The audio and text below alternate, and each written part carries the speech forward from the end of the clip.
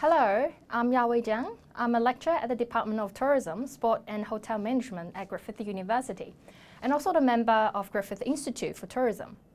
My research focuses on tourism crisis and disaster management, specifically on organizational resilience, dynamic capabilities, and stakeholder collaboration.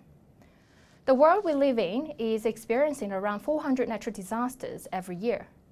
Tourism business are vulnerable to disasters as they often locate in hazard-prone areas for distinctive sceneries. How tourism business build their resilience after disaster can be very different, even when they are in the same place. Alice and Sam are two tour operators in the Whitsunday region near the Great Barrier Reef. They both offer snorkeling opportunities for tourists. This year, they suffered from a severe tropical cyclone, and the heavy wind and rain significantly affected their usual snorkeling spots. Sam has to shut down his business and send staff home. He met Alice and found her business was still open and even attracting more tourists. He couldn't understand why, as both of them are running the same type of business. So here comes my research question. Why do some tourism businesses not only survive but can thrive after disaster when others fail? My research aims to identify key enablers and barriers to build tourism resilience in facing disasters. It focuses on the concept of dynamic capabilities, which enables business to modify and transform their resources for turbulent environments. My 40 in-depth interview with tourism business affected by Cyclone Debbie have provided some key insights. So now back to our story.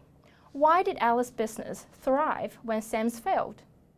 Alice learned from past cyclone experience about possible damage, so she built solid shelters for her tour boats and was insured against natural disasters to cover her potential losses.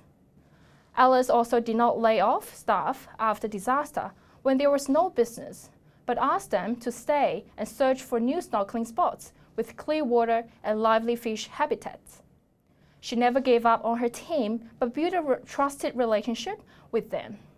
And because of these, she could restart her boat tours as soon as tourists came back to town. She was very proactive in preparing for unexpected events and thus built what we call a dynamic capability to ensure long-term resilience. So my research findings are important for the tourism industry in disaster-prone areas. A better understanding of why some business can thrive after disaster through understanding their capabilities is vital.